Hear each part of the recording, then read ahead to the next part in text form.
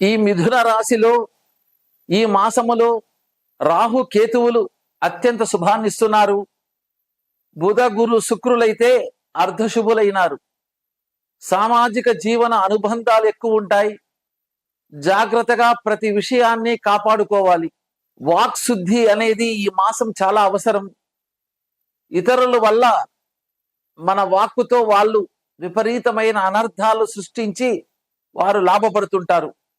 కావున మీరు వాక్ శుద్ధిని ఈ మాసంలో ఎక్కువ కలిగి ఉండాలి. ఖర్చులు అధికం వస్తుంది, కానీ చేయవలసిన పరిస్థితులు కూడా అట్లే కల్పిస్తూ ఉంటాయి.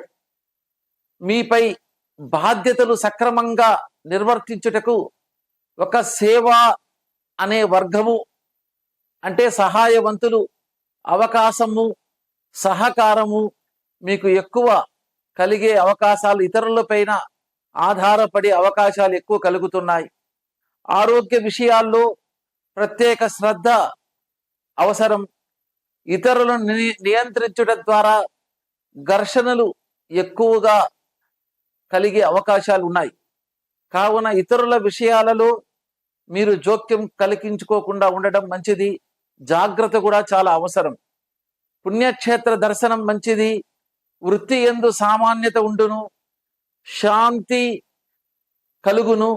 శ్రీ తిరుమల వెంకటేశ్వర స్వామి దర్శనం చేసుకొనిన బాధలు తొలగిపోయి సకల శుభాలు కలిగి ధనలాభము కలిగి సుఖంగా ఉందురు.